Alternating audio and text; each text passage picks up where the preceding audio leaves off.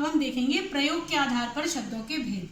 प्रयोग के आधार पर शब्द दो प्रकार के हैं, विकारी और अविकारी शब्द। विकारी शब्द वह शब्द हैं जैसे कि जिनमें कि लिंग, वचन, कारक अथवा पुरुष के कारण परिवर्तन आ जाता है, वो विकारी शब्द कहलाते हैं। जैसे हम देखेंगे लड़का खड़ा है, लिंग परिवर्तन होगा, यहाँ हो जाएगा लड़की खड़ी है। ये लड़का एक पुरुष लिंग है, अगर ये स्त्रीलिंग में परिवर्तित हो जाएगा तो यह चेंज आ जाएगा और ये फिर विकारी शब्द की श्रेणी में आ जाएगा। लड़की खड़ी है। इसी तरीके से वचन, लड़की खेलती है, वचन बदल लेगा, यहाँ एक वचन है, बहुवचन होगा तो लड़कियां खेलती हैं। फिर हम देखेंगे कारक, लड़का जाता है। अब इसमें जब परिवर्तन आएगा तो वह हो जाएगा लड़के को जाने दो। पुरुष, वह आता है। आप देखेंगे यहाँ पर पुरुष में हम देखेंगे पुरुष के कारण क्या परिवर्तन आएगा, वे आते हैं, वह से वे में परिवर्तन हो गया।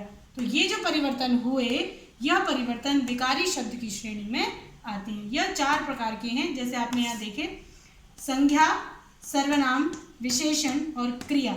इनके आधार पर विकारी शब्दों में परिवर्तन आ जाता है। जैसे संज्ञा में हमने देखा लड़का, लड़के, सर्वनाम वह, वे, विशेषण में हमने देखा खेलता है कह सकते हैं, या मोटा, पतला, जो विशेषता बताता है विशेषण के आधार पर अगर आएगा तो वह विकारी शब्द हो जाएगा।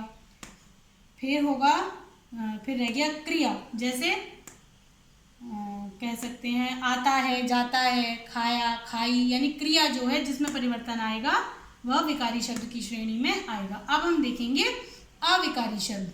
अविकारी शब्द वे शब्द होते हैं जिनके ऊपर लिंग, वचन, कारक, पुरुष से कोई भी प्रभाव नहीं पड़ता, वो जैसे हैं वैसे ही रहते हैं। उन्हें हम अविकारी शब्द या अव्यय भी कहते हैं। जैसे ये भी चार प्रकार के हैं, क्रिया विशेषण, संबंध बोधक, समुच्चय बोधक और विस्मयादि बोधक। अब हम देखेंगे क्रिया विशेषण, जैसे अचानक, अब, जब, अभी, बार बार इत्यादि। संबंध बोधक कि जैसे हमने देखा कि के साथ या के द्वारा, यह जो है ये संबंध बोधक रहेगा, इनका कोई परिवर्तन, इनके परिवर्तन होने से इन पर कोई असर नहीं पड़ता। अगला है समुच्चय बोधक, जैसे परंतु, किंतु, अगर, यह सब समुच्चय बोधक हैं, ये आप जानते हैं। फिर है विस्मयादि बोधक, जैसे विस्मय का जिनसे हमको पता चलता है, जैसे आह, ओह, अरे, छी, शाबाश इत्यादि। यह थे विकारी और अविकारी शब्द। अब आपका जो शब्द विचार है पाठ समाप्त होता है। आप अभ्यास करेंगे और अभ्यास करने के बाद शब्द विचार पाठ का एक बार पठन अवश्य करेंगे। पाठ का पठन करने से वह आपको और भी अत्यधिक मात्रा में समझ में आ जाएगा। ठीक है, तो अब हम आपसे अगली वीडियो में फिर मिलेंगे।